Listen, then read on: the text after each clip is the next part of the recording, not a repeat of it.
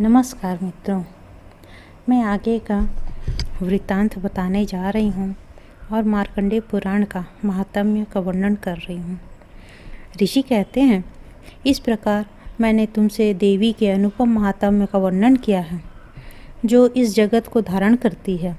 उस देवी का ऐसा ही प्रभाव है, वे ही विद्या उत्पन्न करती हैं। भगवान विष्णु की माया स्वरूप उन देवी भगवती के द्वारा ही तुम ये वैश्य तथा अनन्य विवेकी जन मोहित होते हैं, मोहित हुए हैं और आगे भी मोहित होते रहेंगे। महाराज, तुम उन्हीं परमेश्वरी की शरण में जाओ। आराधना करने पर वे ही मनुष्यों को भोग, स्वर्ग तथा मोक्ष प्रदान करती हैं। मार्कंडेय जी कहते हैं, क्रौष्टुकी जी, मेधा मुनि के यह वचन सुनकर राजा सुरथ ने उत्तम व्रत का पालन करने वाले उस महान भाग महर्षि को प्रणाम किया। वे अत्यंत ममता और राज्यपहरण से बहुत खिन्न हो चुके थे। महामुनि इसलिए विरक्त होकर वे राजा तथा वैश्य तत्काल तपस्या को चले गए और वे जगदम्बा के दर्शन के लिए नदी के तट पर रहकर तपस्या करने लगे।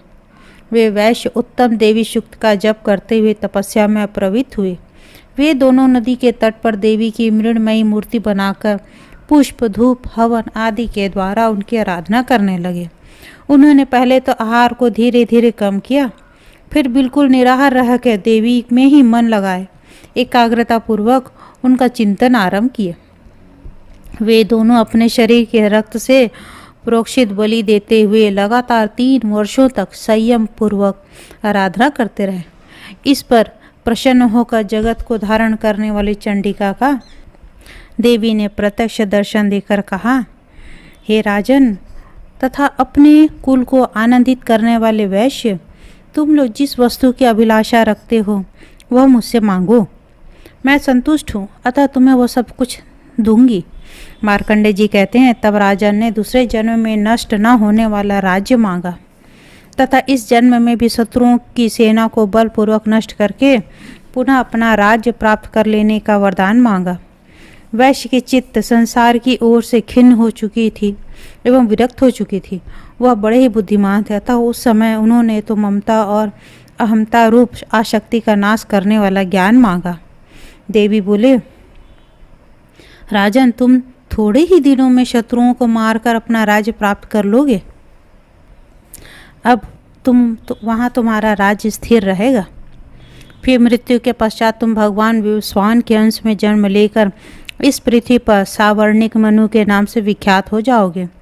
वैश्य वर्ग, तुमने भी जिस वर को मुझसे प्राप्त करने की इच्छा की उसे देती हूँ, तुम्हें मोक्ष के लिए ज्ञान प्राप्त होगा। मार्कंडेय जी कहते हैं, इस प्रकार दोनों को मनोवांछित वर देकर तथा उनके द्वारा भक्तिपूर्वक अपनी स्तुति सुनकर देवी अंबिका तत्काल अंतर्ध्यान हो गई। इस तरह देवी से वरदान पाकर क्षत्रियों में श्रेष्ठ सुरथ सूर्य से जन्म लेकर सावर्णी नामक मनु होंगे। मार्कंडेय जी कहते हैं, क्रौष्टुकी जी, यह तुमसे सावर्णिक मनवंतर का भली भांति वर्णन किया है। साथ ही महिषासुर वध आदि के रूपों में भगवती देवी की महिमा भी बतलाई गई है। मुनि श्रेष्ठ, अब दूसरे सावर्णिक मनवंतर की कथा सुनो। दक्ष के पुत्र सावर्णी 90 मनु होने वाले हैं। उनके समय में जो देवता, मनुष्य, मुनि, राजा होंगे, उन सब के नाम सुनो। पार, मरीचि, गर्भ और सुधर्मा, ये 3 प्रकार के देवता होंगे। इनमें से प्रत्येक वर्ग में 12-12 देवता होंगे। इस समय जो 6 मुखों वाला अग्नि कुमार कार्तिकेय हैं, वे ही उस मनवंतर में अद्भुत नाम वाले इंद्र होंगे। मेधातिथि, वसु, सत्य, ज्योतिष्मान, धुतिमान, सबल और हव्यवाहन, ये सप्तर्षि होंगे। दृष्टिकेतु, बहरकेतु, पंचहस्त, निरामय, पृथुश्रवा, अर्चिस्मान, भूरिधुम्न तथा बृहद्भय, ये दक्ष पुत्र सावर्णी मनु के राजकुमार होंगे। अब 10वें मनु के मनवंतर का वर्णन सुनो। 10वें मनवंतर में ब्रह्मा जी के पुत्र बुद्धिमान सावर्णी का अधिकार होगा। ब्रह्म सावर्णी मनवंतर में सुखासीन और निरुद्ध, ये 2 प्रकार के देवता होंगे। उनकी संख्या 100 होगी। उस समय 100 प्रकार के प्राणी उत्पन्न होंगे, इसलिए उनके देवता भी 100 ही होंगे। उस मनवंतर में इंद्र के समस्त गुणों से युक्त शांति नामक इंद्र होंगे। अपोर मूर्ति, हविष्यमान, सुकृत, सत्य, नाभाग, अप्रतिम और वासिष्ठ ये सप्तर्षि होंगे। सुक्षेत्र, उत्तमौजा, भूमिसेन, वीर्यमान, शतानिक, वृषभ, अन्मित्र, जयद्रथ, भूरिधुम्न तथा सुपर्वा ये मनु के पुत्र होंगे। अब धर्म के पुत्र सावर्णी का मनवंतर सुनो। धर्म सावर्णी मनवंतर में विहंगम, कामक तथा निर्माण रति ये 3 प्रकार के देवता होंगे।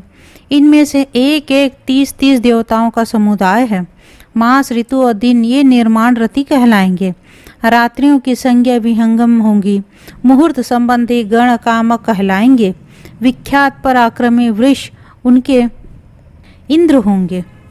हविष्यमान, वशिष्ठ, अरुण नंदन, ऋष्टि, निश्चर, अनग, महामुनि, विष्टि तथा अग्निदेव ये 7 सप्तर्षि होंगे। सर्वत्र, सुशर्मा, देवानिक, पुरुद्वह, हेमधनवा तथा दृढ़ायु ये भविष्य में होने वाले राजा धर्म सावर्णी के मनु के पुत्र होंगे। 12वीं मनवंतर रुद्रपुत्र सावर्णी मनु का होगा। उनके आने पर सुधर्मा, सुमना, हरित, रोहित और सुवर्ण ये 5 देवगण होंगे। इनमें से प्रत्येक गण 10 देवताओं का होगा। महाबली ऋतुधर्मा उनका इंद्र होगा। द्युति, तपस्वी, सुता, तपो मूर्ति, तपो निधि, तपो रति तथा तपो धृति ये 7 सप्तऋषि होंगे। देववान, उपदेव, देवश्रेष्ठ, विदुर, मित्रवान तथा मित्रविंद ये भावी मनु के वंशज राजा होंगे। अब रौच्य नामक 13वें मनु के समय में होने वाले देवताओं, सप्तर्षियों तथा राजाओं का वर्णन सुनो। सुधर्मा, सुकर्मा और सुशर्मा ये 3 उस समय के देवता होंगे। महाबली और महापराक्रमी दिवस्पति उनके इंद्र होंगे। धृतमान, अव्यय, तत्वदर्शी, निरुत्सुक, निर्मोह, सुतपा और निष्प्रकंप ये 7 सप्तर्षि होंगे। चित्रसेन, विचित्र, नैति, निर्भय, दृढ़, सुनेत्र, छत्रबुद्धि तथा सुव्रत ये रौच्य मनु के पुत्र होंगे। रौच्य मार्कंडेय जी कहते हैं कि ब्रह्मा, हे ब्राह्मण, पूर्व काल की बात है, प्रजापति रुचि, ममता और अहंकार से रहित इस पृथ्वी पर विचरते रहते थे। उन्हें किसी से भय नहीं था। वे बहुत कम सोते थे। उन्होंने ना तो अग्नि की स्थापना की थी, ना ही अपने लिए घर बना रखा था। वे एक बार भोजन करते और बिना आश्रम के ही रहते थे। उन्हें सब प्रकार की आसक्तियों से रहित एवं मुनि वृत्ति से रहते देख उनके पितरों ने उनसे कहा। पितर बोले, बेटा, विवाह स्वर्ग और अपवर्ग हेतु होने के कारण एक पुण्यमय कार्य है, उसे तुमने क्यों नहीं किया? गृहस्थ पुरुष समस्त देवताओं, पितरों, ऋषियों और अतिथियों की पूजा करके पुण्यमय लोगों को प्राप्त करता है। वह स्वाहा के उच्चारण से देवताओं को, स्वधा शब्द से पितरों को तथा अन्न दान आदि से भूत आदि प्राणियों एवं अतिथियों को उनका भाग समर्पित करता है। बेटा, हम ऐसा मानते हैं कि गृहस्थ आश्रम को स्वीकार न करने पर तुम्हें इस जीवन में क्लेश पर क्लेश उठाना पड़ेगा और मृत्यु के बाद दूसरे जन्म में भी क्लेश ही भोगना पड़ेगा। रुचि कहते हैं, पितृगण परिग्रह मात्र ही अत्यंत दुख एवं पाप का कारण होता है तथा उससे मनुष्य की अधोगति होती है। यही सोचकर मैंने पहले स्त्री संग्रह नहीं किया। मन और इंद्रियों को नियंत्रण में रखकर जो यह आत्मसंयम किया जाता है वह भी परिग्रह करने का मोक्ष का साधक नहीं होता। ममता रूप कीचड़ में सना हुआ होने पर भी यह आत्मा जो परिग्रह शून्य चित्त रूपी जल से प्रतिदिन धोया जाता है वह श्रेष्ठ प्रयत्न है।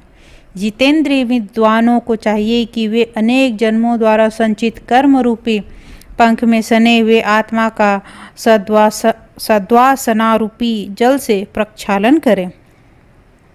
पितर बोले, बेटा, जितेंद्रिय होकर आत्मा का प्रक्षालन करना उचित ही है, किंतु तुम जिस पर चल रहे हो वह मोक्ष का मार्ग है, किंतु फलेच्छा रहित दान और शुभाशुभ के उपभोग से भी पूर्वकृत अशुभ कर्म दूर होता है। इस प्रकार दया भाव से प्रेरित होकर जो कर्म किया जाता है वह बंधन कारक नहीं होता। फल कामना से रहित कर्म भी बंधन में नहीं डालता। पूर्वजन्म में किया हुआ मानवों का शुभाशुभ कर्म सुख दुख भोगों के रूप में प्रतिदिन भोगने पर ही क्षीण होता है। इस प्रकार विद्वान पुरुष आत्मा का प्रक्षालन करते और उसकी बंधनों से रक्षा करते हैं। ऐसा करने से वह अविवेक के कारण पाप रूपी कीचड़ में नहीं फंसता। रुचि ने पूछा, पितामहों, वेद में कर्म मार्गों को अविद्या कहा गया है, फिर क्यों आप लोग मुझे उस मार्ग में लगाते हो? पितर बोले, यह सत्य है कि कर्म को अविद्या ही कहा गया है, इसमें तनिक भी मिथ्या नहीं है। फिर भी इतना तो निश्चित है कि उस विद्या की प्राप्ति में कर्म ही कारण है। विहित कर्म का पालन न करने पर जो अधम मनुष्य संयम करते हैं, वह संयम अंत में मोक्ष की प्राप्ति नहीं कराता, अपितु अधोगति में ले जाने वाला होता है। वत्स, तुम तो समझते हो कि मैं आत्मा का प्रक्षालन करता हूँ, किंतु वास्तव में तुम शास्त्र विहित कर्मों के न करने के कारण पापों से दग्ध हो रहे हो। कर्म अविद्या होने पर भी विधि के पालन द्वारा शोधो होते हुए विविश की भांति मनुष्य का उपकार करने वाला ही होता है। इसके विपरीत वह विद्या भी विधि के अवहेलना से निश्चय ही हमारे बंधन का कारण बन जाती है। अतः वत्स, तुम विधि पूर्वक स्त्री संग्रह करो। ऐसा न करो कि इस लोक का भी लाभ न मिलने के कारण तुम्हारा जन्म निष्फल हो जाए। रुचि कहते हैं, पितरों, अब तो मैं बूढ़ा हो गया हूँ, भला मुझे कौन स्त्री देगा? इसके सिवा मुझे जैसे दरिद्र के लिए स्त्री को रखना बहुत कठिन कार्य है। पितर बोले, वत्स, यदि हमारी बात नहीं मानोगे तो हम लोगों का पतन हो जाएगा और तुम्हारी भी अधोगति होगी। मार्कंडेय जी कहते हैं, मुनि श्रेष्ठ, यूं कहकर पितर उनके देखते देखते वायु के बुझाए हुए दीपक की भांति सहसा अदृश्य हो गए। पितरों की बात से रुचि का मन बहुत उद्विग्न हो उठा। वह अपनी विवाह के लिए कन्या प्राप्त करने की इच्छा से पृथ्वी पर विचरण करने लगे। वे पितरों के वचन रूप अग्नि से दग्ध हो रहे थे। कोई कन्या न मिलने से उन्हें भरी बहुत ही चिंता हुई। उनका चित्त अत्यंत व्याकुल हो उठा। इसी अवस्था में उन्हें यह बुद्धि सूझी कि मैं तपस्या के द्वारा श्री ब्रह्मा जी की आराधना करूं। ऐसा निश्चय करके उन्होंने कठोर नियम का आश्रय लेकर श्री ब्रह्मा जी की आराधना के निमित्त 100 वर्षों तक भारी तपस्या की। तदंतर लोक पितामह ब्रह्मा जी ने उनके दर्शन दिए और कहा, मैं प्रसन्न हूँ, तुम्हारी जो इच्छा मांग लो। तब रुचि ने जगत के आधारभूत ब्रह्मा जी को प्रणाम करके पितरों के कथनानुसार अपना अभिष्ट निवेदन किया। रुचि की अभिलाषा सुनकर ब्रह्मा जी ने उनसे कहा, विप्रवर, तुम प्रजापति होगे, तुमसे प्रजा की सृष्टि होगी। प्रजा की सृष्टि तथा पुत्रों की उत्पत्ति करने के साथ ही शुभ कर्मों का अनुष्ठान करके जब तुम अपने अधिकार का त्याग कर दोगे तब तुम्हें सिद्धि प्राप्ति होगी। अब तुम स्त्री प्राप्ति की अभिलाषा लेके पितरों का पूजन करो, वे ही प्रसन्न होने पर तुम्हें मनोवांछित पत्नी और पुत्र प्रदान करेंगे। भला पितर संतुष्ट हो जाए तो वे क्या नहीं दे सकते। मार्कंडेय जी कहते हैं, मुनि, अव्यक्त जन्मा ब्रह्मा जी की यह वचन सुनकर रुचि ने नदी के एकांत तट पर पितरों का तर्पण किया और भक्ति से मस्तक झुकाकर एकाग्र एवं संयम चित्त होकर नीचे लिखे स्तोत्र द्वारा आदरपूर्वक उनकी स्तुति की।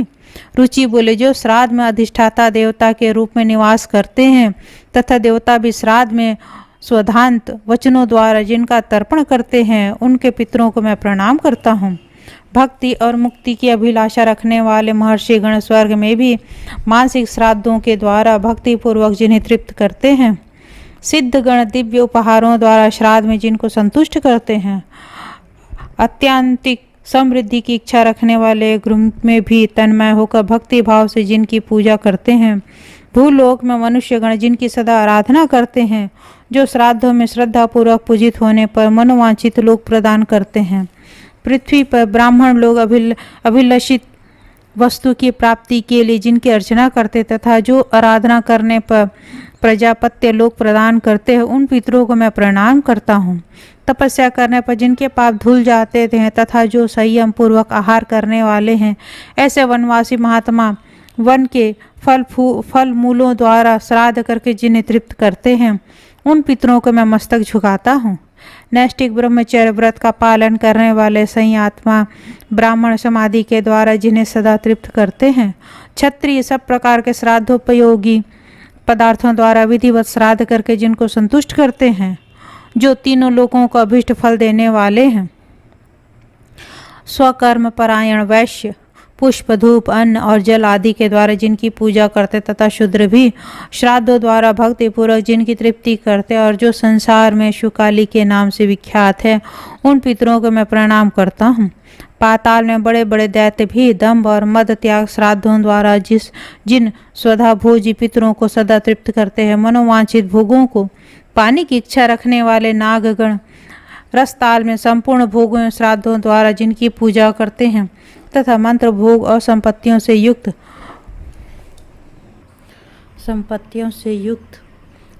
सर्पगण भी रसताल में ही विधि पूर्वक श्राद्ध करके जिन्हें सर्वदा तृप्त करते हैं, उन पितरों को मैं नमस्कार करता हूँ। वे पितर मेरे द्वारा अर्पित किए हुए इस जल को ग्रहण करें। जो परमात्मा स्वरूप पितर मूर्तिमान होकर विमानों में निवास करते हैं, जो समस्त क्लेशों से छुटकारा दिलाने हेतु हैं तथा योगेश्वर गण निर्मल हृदय से जिनका यजन करते हैं, उन पितरों को मैं प्रणाम करता हूँ। जो स्वदा भोजी पितर दिव्य लोक में मूर्तिमान होकर रहते हैं, काम्य फल की इच्छा रखने वाले पुरुष की समस्त कामनाओं को पूर्ण करने में समर्थ है और निष्काम पुरुषों की मोक्ष को प्रदान करने वाले हैं, उनको मैं प्रणाम करता हूँ। वे समस्त पितर इस जल से तृप्त हों।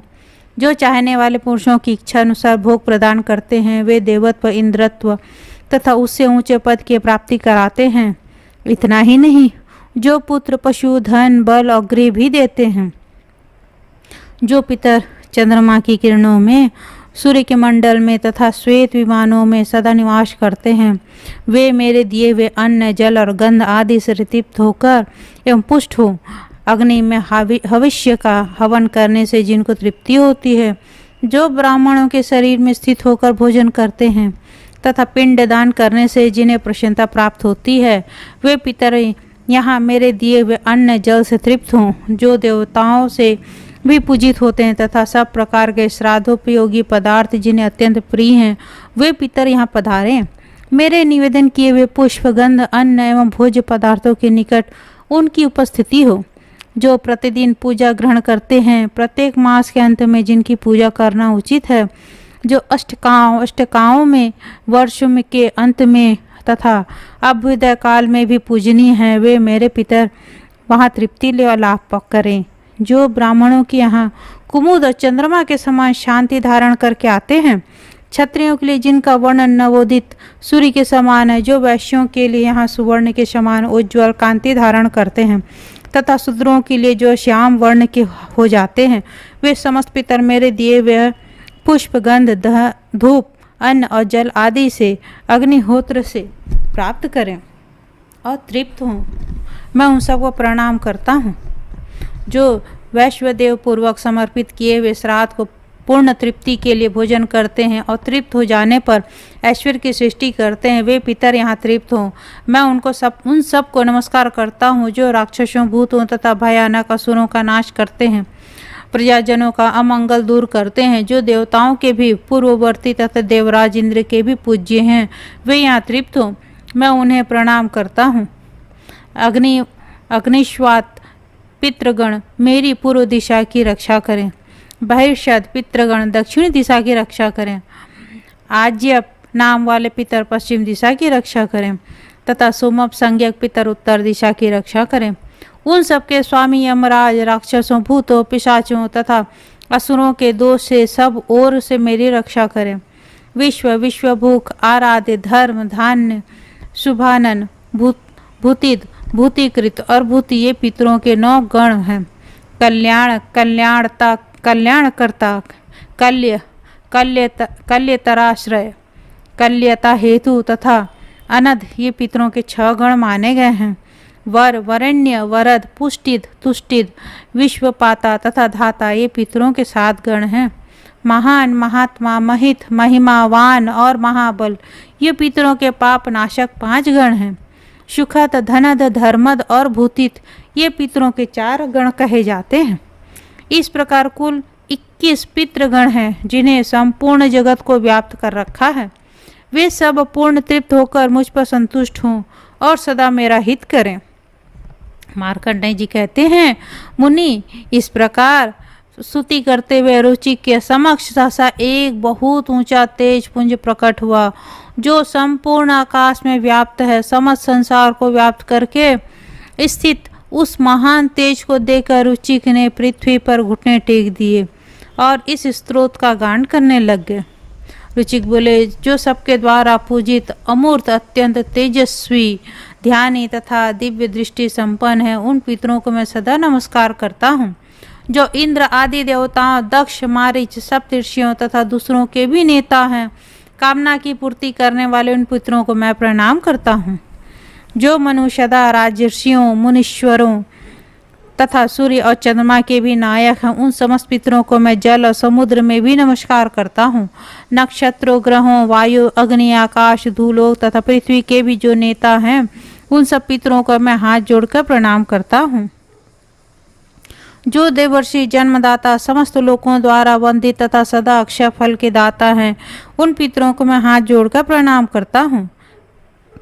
प्रजापति, कश्यप, सोम, वरुण तथा योगेश्वरों के रूप में स्थित पितरों को सदा हाथ जोड़कर प्रणाम करता हूँ। सातों लोकों में स्थित 7 पितृगण को नमस्कार करता हूँ। मैं योग दृष्टि संपन्न स्वयंभू ब्रह्मा जी को प्रणाम करता हूँ। चंद्रमा के आधार पर प्रतिष्ठित तथा योग मूर्तिधारी पितृगणों को मैं प्रणाम करता हूँ। साथ ही संपूर्ण जगत के पिता सोम को मैं नमस्कार करता हूँ तथा अग्नि स्वरूप अन्य पितरों को भी प्रणाम करता हूँ, क्योंकि यह संपूर्ण जगत अग्नि और सोममय है। जो पितर तेज में स्थित है, जो ये चंद्रमा, सूर्य और अग्नि के रूप में दृष्टिगोचर होते हैं तथा जो जगत स्वरूप हैं एवं ब्रह्म स्वरूप हैं, उन संपूर्ण योगी पितरों को मैं एकाग्रचित होकर प्रणाम करता हूँ। उन्हें बारंबार नमस्कार करता हूँ। वे स्वधा भोजी पितर मुझ पर प्रसन्न हो। अब मार्कंडे जी कहते हैं, मुनिश्रेष्ठ, रुचि के इस प्रकार स्तुति करने पर वे पिता 10 दिशाओं को प्रकाशित करते हुए उस तेज से बाहर निकले। रुचि ने जो फूल, चंदन और अंगराग आदि समर्पित किए, वे सबसे विभूषित होकर वे पितर सामने खड़े दिखाई दिए। तब रुचिक ने हाथ जोड़कर पुनः भक्ति पूर्वक उन्हें प्रणाम किया और बड़े आदर के साथ सबसे पृथक पृथक कहा, आपको नमस्कार है, आपको नमस्कार है। इससे प्रसन्न होकर पितरों ने मुनि श्रेष्ठ रुचि से कहा, वत्स, तुम कोई वर मांगो। तब उन्होंने मस्तक झुकाकर कहा, हे पितरों, इस समय ब्रह्मा जी ने मुझे सृष्टि करने का आदेश दिया है, इसलिए मैं दिव्य गुणों से संपन्न उत्तम पत्नी चाहता हूँ, जिससे संतान की उत्पत्ति हो सके। पितरों ने कहा, वत्स, इसी समय तुम्हें अत्यंत मनोहर पत्नी प्राप्त होगी और उसके गर्भ से तुम्हें मनु संज्ञक उत्तम पुत्र की प्राप्ति होगी। वह बुद्धिमान पुत्र मनवंतर का स्वामी होगा और तुम्हारे ही नाम पर तीनों लोकों में रौच्य के नाम से उसकी ख्याति होगी। उसके भी महाबलवान अपराक्रमी बहुत से महात्मा पुत्र होंगे, जो इस पृथ्वी का पालन करेंगे। धर्मज्ञ तुम भी प्रजापति होकर 4 प्रकार के प्रजा उत्पन्न करोगे और फिर अपना अधिकार क्षीण होने पर सिद्धि को प्राप्त हो जाओगे। जो मनुष्य इस स्तोत्र से भक्ति पूर्वक हमारी स्तुति करेगा, उसके ऊपर संतुष्ट होकर हम लोग उसे मनोवांछित भोग तथा उत्तम आत्मज्ञान प्रदान करेंगे। जो निरोग शरीर, धन और पुत्र पौत्र आदि की इच्छा करता हुआ सदा इस स्तोत्र से हम लोगों की स्तुति करते करे। यह स्तोत्र हम लोगों को की प्रसन्नता बढ़ाने वाला है। जो श्राद्ध में भोजन करने वाले श्रेष्ठ ब्राह्मणों के सामने खड़ा होकर भक्ति पूर्वक इस स्तोत्र का पाठ करेगा, उसके यहाँ स्तोत्र श्रवण के प्रेम से ही हम निश्चित ही उपस्थित होंगे और हमारे लिए किया हुआ श्राद्ध भी निसंदेह अक्षय होगा। चाहे श्रोत्रिय ब्राह्मण से रहित श्राद्ध हो, चाहे किसी दोष से दूषित हो गया हो, अथवा अन्यान्य उपार्जित धन से किया हो, अथवा श्राद्ध के लिए अयोग्य दूषित सामग्रियों से उनका अनुष्ठान हो, अनुचित समय या अयोग्य देश में हुआ हो, या उसे विधि का उल्लंघन किया हो, अथवा लोगों के बिना श्राद्ध के अथवा दिखावे के लिए किया हो, तो भी वह श्राद्ध इस स्तोत्र के पाठ से हमारी तृप्ति करने में समर्थ होगा। हमें सुख देने वाले यह स्तोत्र जहाँ श्राद्ध में पढ़ा जाता है वहाँ हम लोगों को 12 वर्षों तक बनी रहने वाली तृप्ति प्राप्त होती है। यह स्तोत्र हेमंत ऋतु में श्राद्ध के अवसर पर सुनाने से हमें 12 वर्षों के लिए तृप्ति प्रदान करता है। इस प्रकार शिशिर ऋतु में यह कल्याणमय स्रोत हमें 24 वर्षों तक तृप्तिकारक होता है। बसंत ऋतु के श्राद्ध में सुनाने पर यह 16 वर्षों तक तृप्तिकारक होता है तथा ग्रीष्म ऋतु में पढ़े जाने पर यह उतने ही वर्षों तक तृप्ति का साधक होता है। रुचि वर्षा ऋतु में किया हुआ श्राद्ध यदि किसी अंग से विकल हो तो भी इस स्तोत्र के पाठ से पूर्ण होता है और उस श्राद्ध से हमें अक्षय तृप्ति होती है। शरतकाल में भी श्राद्ध के अवसर पर यदि इसका पाठ हो तो यह हमें 15 वर्षों तक के लिए तृप्ति प्रदान करता है। जिस घर में यह स्तोत्र सदा लिखकर रखा जाता है वहाँ श्राद्ध करने पर हमारे निश्चय ही उपस्थिति होती है। अतः महाभाग श्राद्ध में भोजन करने वाले ब्राह्मणों के सामने तुम्हें यह स्तोत्र अवश्य सुनाना चाहिए क्योंकि यह हमारी पुष्टि करने वाला है।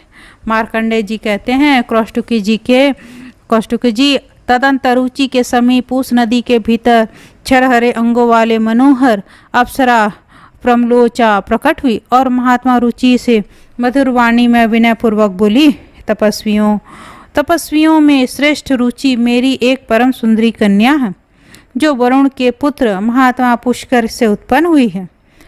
मैं उस सुंदरी कन्या को तुम्हें पत्नी बनाने के लिए देता हूँ, उसे तुम ग्रहण करो। उसके गर्भ से तुम्हारे पुत्र महाबुद्धिमान मनु का जन्म होगा। तब रुचि ने तथास्तु कहकर उसके बात स्वीकार करी। उसके बाद प्रमलोचना ने अपनी कन्या मालिनी को जल के बाहर किया।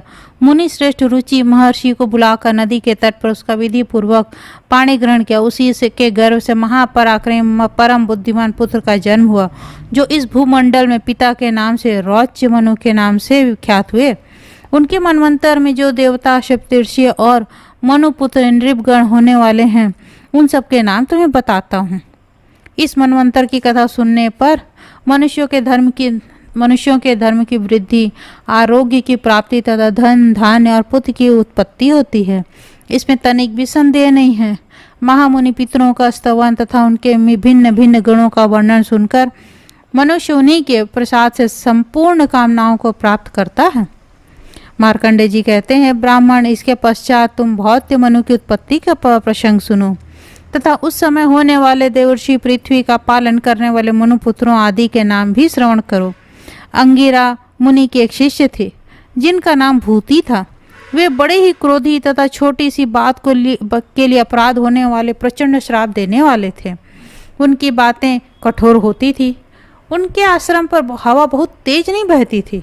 सूर्य अधिक गर्मी नहीं पहुंचाते थे। मेघ अधिक कीचड़ नहीं होने देते थे।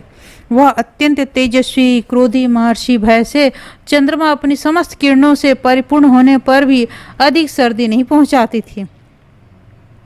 समस्त ऋतुएं उनकी आज्ञा से अपने आने पर का क्रम छोड़कर आश्रम के वृक्षों पर ही सदा रहती थी और मुनि के लिए फल फूल प्रस्तुत करती थी। महात्मा भूति के भय से जल भी उनके आश्रम के समीप मौजूद रहता था और उनके कमंडलों में भरा रहता था।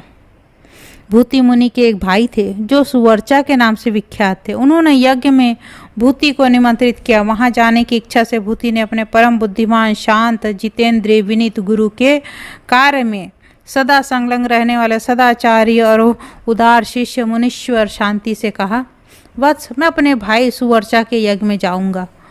उन्होंने मुझे बुलाया है। तुम्हें यहीं आश्रम पर रहना है और यहाँ तुम्हारे लिए जो कर्तव्य है सो सुनो। मेरे आश्रम पर तुम्हें प्रतिदिन अग्नि को प्रज्वलित रखना होगा और सदा ऐसा प्रयत्न करना होगा जिससे अग्नि बुझने ना पाए। गुरु की आज्ञा पाकर शिष्य ने बहुत अच्छा कहकर इसे स्वीकार किया।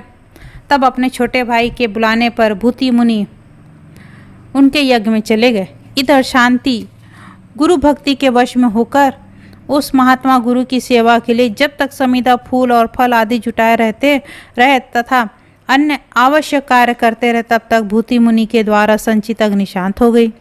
अग्नि को शांत हुआ देख शांति को बड़ा दुख हुआ और वे भूति के भय से बहुत चिंतित हुए। उन्होंने सोचा, यदि इस अग्नि को के स्थान पर मैं दूसरी अग्नि स्थापित करूं तो सब कुछ प्रत्यक्ष देखने वाले मेरे गुरु अवश्य मुझे भस्म कर डालेंगे।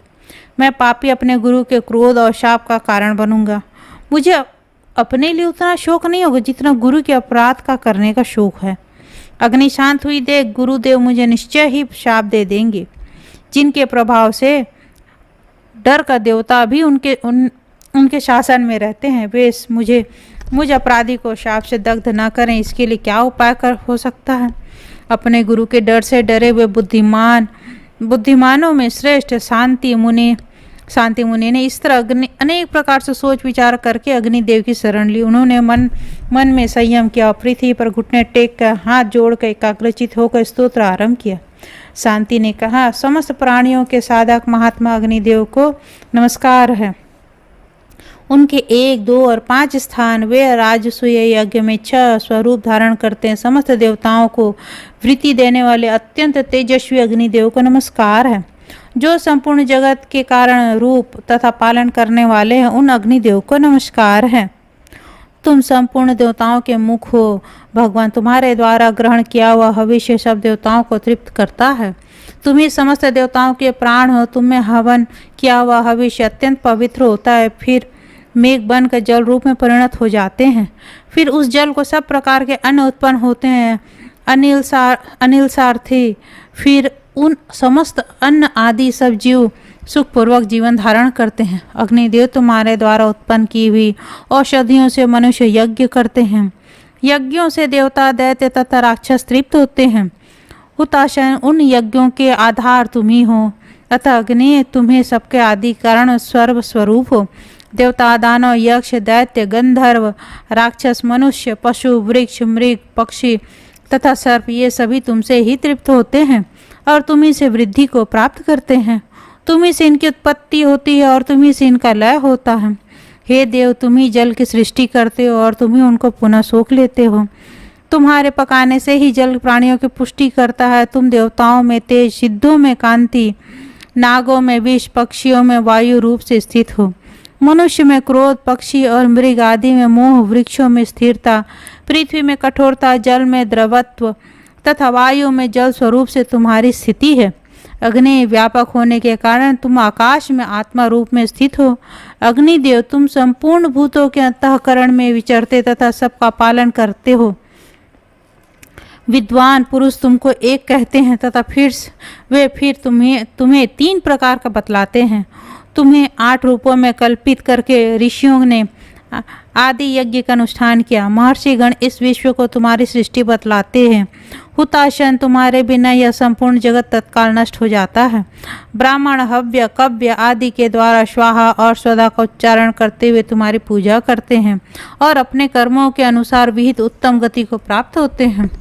देव पूजित अग्निदेव, प्राणियों के परिणाम आत्मा और वीर स्वरूप तुम्हारी ज्वालाएं तुमसे ही निकलकर सब भूतों का दाह करती है। परम कांतिमान अग्निदेव, संसार की यह सृष्टि तुम्हारी ही है।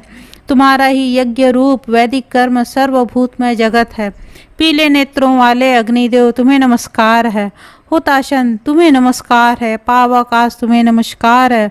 हव्य वाहन, तुम्हें नमस्कार है। तुम ही खाए पिए हुए पदार्थों को पचाने के कारण विश्व के पालक हो। तुम ही खेती को पकाने वाले और जगत के पोषक हो। तुम ही मेघ हो, तुम ही वायु हो और तुम ही समस्त प्राणियों का पोषण करने के लिए खेती के हेतुभूत बीज हो। भूत, भविष्य और वर्तमान सब तुम ही हो। तुम ही सब जीवों के भीतर प्रकाश हो। तुम ही सूर्य और तुम ही अग्नि हो। अग्नि दिन रात तथा दोनों संध्याएं तुम ही हो। अग्नि दिन रात तथा दोनों संध्याएं तुम ही हो। स्वर्ण तुम्हारा वीर्य है। तुम सुवर्ण की उत्पत्ति के कारण तुम्हारे गर्भ में सुवर्ण की स्थिति है। सुवर्ण के समान तुम्हारी कांति है। मुहूर्त, क्षण, त्रुटि और लव सब तुम ही हो। जगत प्रभु, कला, काष्ठा और निमेष आदि तुम्हारे ही रूप हैं। यह संपूर्ण दृश्य तुम ही हो। परिवर्तनशील काल भी तुम्हारा ही स्वरूप है। हे प्रभु, तुम्हारी जो काली नामक जीवा है वह काल को आश्रय देने वाली है। उसके द्वारा तुम पापों के भय से हमें बचाओ तथा इस लोक के महान भय से हमारी रक्षा करो। तुम्हारी जो कराली नाम की जिह्वा है वह महाप्रलय की कारण रूपा है। और उसके द्वारा हमारे पापों तथा इहलोक के का महान भय से बचाओ। तुम्हारी जो मनोजवा नामक की जीवा है वह लघिमा नाम की गुण स्वरूपा है, उसके द्वारा तुम पापों तथा इस लोक के महान भय से हमारी रक्षा करो। तुम्हारी जो सुलोहिता नाम की जीवा है वह संपूर्ण भूतों की कामनाएं भी पूर्ण करती है, उनके द्वारा तुम पापों तथा इस लोक के महान भय से हमारी रक्षा करो। तुम्हारी जो धूम्र वर्णा नाम की जीवा वह प्राणियों के रोगों का दाह करने वाली है, उसके द्वारा तुम पापों तथा इस लोक के महान भय से हमारी रक्षा करो। तुम्हारी जो स्फुलिंगिनी नामक जीवा है उस जिससे संपूर्ण जीवों के शरीर उत्पन्न हुए हैं, उसके द्वारा तुम पापों तथा इस लोक के महान भय से हमारी रक्षा करो। तुम्हारी जो विश्वा नाम की जीवा है वह समस्त प्राणियों का कल्याण करने वाली है, उसके द्वारा तुम पापों तथा इस लोक के महान भय से हमारी रक्षा करो। हुताशन, तुम्हारे नेत्र पीले, ग्रीवा लाल और रंग सांवला है, तुम सब दोषों से हमारी रक्षा करो। संसार से हमारा उद्धार कर दो। वाहिनी, सप्तर्षि, कृशाणु, हव्य वाहन, अग्नि, पावक, शुक्र तथा हुताशन, इन 8 नामों से पुकारे जाने वाले अग्निदेव तुम प्रसन्न हो जाओ। तुम अक्षय, चिंतन, समृद्धि, मानदुषा एवं अत्यंत तीव्र वाहिनी, तुम मूर्त रूप में प्रकट होकर अविनाशी कहे जाने वाले संपूर्ण भय लोगों को भस्म कर डालते हो अथवा तुम्हारी अत्यंत पराक्रमी हो। तुम्हारे पराक्रम की कहीं कोई सीमा नहीं है। हे हुताशन, तुम संपूर्ण जीवों के हृदय में स्थित हो, उत्तम, अनंत एवं स्तवन करने योग्य सत्व हो। तुमने इस संपूर्ण चराचर विश्व को व्याप्त कर रखा है। तुम हे एक होकर भी अनेक रूपों में प्रकट हो। तुम अक्षय हो। तुम पर्वतों और वनों सहित संपूर्ण पृथ्वी, आकाश, चंद्रमा, सूर्य, दिन और रात हो। महासागर के उदर में बड़वान के रूप में हो। तुम अपनी परा विभूति के साथ सूर्य की किरणों में स्थित हो। तुम्हारी जो 7 ज्वालामय जीवाएं हैं उन सब के द्वारा तुम मेरी रक्षा करो। ठीक उसी तरह जैसे पिता अपने पुत्र की रक्षा करते हैं, मैंने तुम्हारी स्तुति की है। मार्कंडेय जी कहते हैं, मुने शांति के इस प्रकार स्तुति करने पर भगवान अग्निदेव ज्वालाओं से घिरे हुए उनके समक्ष प्रकट हुए। ब्राह्मण अग्निदेव उन स्तुति से बहुत संतुष्ट हुए। शांति उनके चरणों पर पड़ गया और फिर उनसे मेघ से समान गंभीर वाणी में शांति से कहा, विप्रवर, तुमने जो भक्ति पूर्वक मेरा स्तवन किया है उससे मैं संतुष्ट हूँ और तुम्हें वर देना चाहता हूँ। तुम्हारी जो इच्छा मांग लो। शांति ने कहा, भगवान, मैं तो कृतार्थ हो गया क्योंकि आज आपके दिव्य स्वरूप का प्रत्यक्ष दर्शन हो गया। तथापि मैं अपने भक्ति से विनम्र होकर जो कुछ भी आपसे कहता हूँ उसे सुनिए। हे देव, मेरे आचार्य अपने आश्रम में भाई के यज्ञ में गए हैं। वे जब लौट कर आए तो इस स्थान में आपसे सनाथ देखें। साथ ही यदि आपकी मुझ पर कृपा होती है दूसरा वर भी दीजिए कि मेरे गुरुदेव के कोई पुत्र नहीं है, उन्हें कोई सुयोग्य पुत्र प्राप्त हो। फिर उस पुत्र में जितने वे स्नेह कर सकें करें, उतना ही संपूर्ण भूतों के प्रति भी उनका स्नेह हो, उनका हृदय सबके प्रति कोमल बन जाए। शांति की आवाज़ सुनकर अग्निदेव ने कहा, महामुनि, तुमने गुरु के लिए वर 2 मांगे हैं, अपने लिए नहीं। इससे तुम पर मेरी प्रसन्नता और भी बढ़ गई है। तुमने गुरु के लिए जो कुछ मांगा वह सब प्राप्त होगा। उनके पुत्र होंगे और संपूर्ण भूतों के प्रति उनकी मैत्री भी बढ़ जाएगी। उनका पुत्र भौत्य नाम से प्रसिद्ध एवं मनवंतरों का स्वामी होगा। साथ ही वो महाबली, महापराक्रमी और परम बुद्धिमान होगा। जो एकाग्रचित होकर स्तोत्र के द्वारा मेरी स्तुति करेगा उसकी समस्त अभिलाषाएं पूर्ण होंगी तथा उसे पुण्य की प्राप्ति होगी। यज्ञों में पर्व के समान, तीर्थों में, होम कर्म में और जो धर्म के लिए मेरे स्तुतियों का पाठ करेगा उसके लिए मैं अत्यंत पुष्टिकारक होऊंगा। होम न करने तथा अयोग्य समय में होम करने आदि के जो दोष हैं और अयोग्य पुरुषों द्वारा हवन करने जो दोष उत्पन्न होते हैं वह सब स्तोत्र से सुनने मात्र से ही शांत कर देता है। पूर्णिमा, अमावस्या तथा अन्य पर्वों पर मनुष्य द्वारा सुना हुआ मेरा यह स्तोत्र उनके पापों का नाश करने वाला है। मार्कंडेय जी कहते हैं कि यह मुनि, यों का भगवान अग्निदेव उनके देखते देखते बुझे हुए दीपक की भांति तत्काल अदृश्य हो गए। अग्निदेव के चले जाने पर शांति का चित्त बहुत संतुष्ट था। उनके शरीर में हर्ष के कारण रोमांच हो आया। इसी अवस्था में उन्होंने गुरु के आश्रम में प्रवेश किया और वहाँ अग्निदेव को पहले की भांति प्रज्वलित देखा। इससे उन्हें बड़ी प्रसन्नता हुई। इसी बीच में उनके गुरु भी छोटे भाई के यज्ञ से अपने आश्रम लौटे। शिष्य शांति ने गुरु के सामने जाकर उनके चरणों प्रणाम किया। उनके दिए हुए आसन पूजा को स्वीकार करके गुरु ने उनसे कहा, बस तुम पर तथा अन्य जीवों पर भी मेरा स्नेह बहुत बढ़ गया। मैं नहीं जानता ही क्या बात है, यदि तुमने कुछ पता हो तो बताओ। तब शांति ने अपने आचार्य से अग्नि के बुझने आदि के सब बातें यथार्थ रूप से कही सुनाई। यह सुनकर गुरु के नेत्र स्नेह के कारण सजल हुआ। उन्होंने शांति हृदय से लगा लिया और अंग उपांगों सहित संपूर्ण वेदों का ज्ञान कराया। तदंतर भूति मनु मुनि के भौत्य नामक पुत्र हुआ, जो भविष्य मनु होगा। उस मनमंत्र में चाक्षुष, कनिष्ठ, पवित्र, भ्राजीर तथा धारावृक ये 5 देवगण माने गए हैं। इन सब के इंद्र होंगे सूची, जो महाबली, पराक्रमी तथा इंद्र के समस्त गुणों से युक्त होंगे। अग्निध्र, अग्निबाहु, सूची, मुक्त, माधव, शुक्र और अजित ये 7 उस समय सप्तर्षि होंगे। गुरु गंभीर, वध्र, भरत, अनुग्रह, श्रीमानी, प्रतीर, विष्णु, शक्रंदन, तेजस्वी तथा सुपली मनु के पुत्र होंगे। कौष्टुक जी इस प्रकार तो मैंने तुमसे 14 मनमंत्रों का वर्णन किया। उन सब का क्रमशः श्रवण करके मनुष्य पुण्य का भागी होता है तथा उनकी संतान कभी क्षीण नहीं होती। प्रथम मनमंत्र का वर्णन सुनकर मनुष्य धर्म का भागी होता है। स्वारोचिस मनमंत्र की कथा सुनने से उसे सब कामनाओं की प्राप्ति होती है। औत्त मनमंत्र के श्रवण से धन, तामस के श्रवण से ज्ञान, रैवत मनमंत्र के श्रवण से बुद्धि एवं सुंदरी स्त्री की प्राप्ति होती। चाक्षु मनमंत्र के श्रवण से आरोग्य, वैवस्वत के श्रवण से बल, सूर्य सावर्णिक मनमंत्र के श्रवण से गुणवान पुत्र पौत्रों की प्राप्ति होती है। ब्रह्म सावर्णिक मनमंत्र के श्रवण से महिमा बढ़ती है। धर्म सावर्णिक के श्रवण से कल्याण में बुद्धि प्राप्त होती है। रुद्र सावर्णिक के श्रवण से मनुष्य के विजयी होता है। दक्ष सावर्णिक के श्रवण से मनुष्य अपने कुल में श्रेष्ठ तथा उत्तम गुणों से युक्त होकर तथा रौच्य मनमंत्र कथा के सुनने से वह शत्रुओं की सेना का संहार कर डालता है।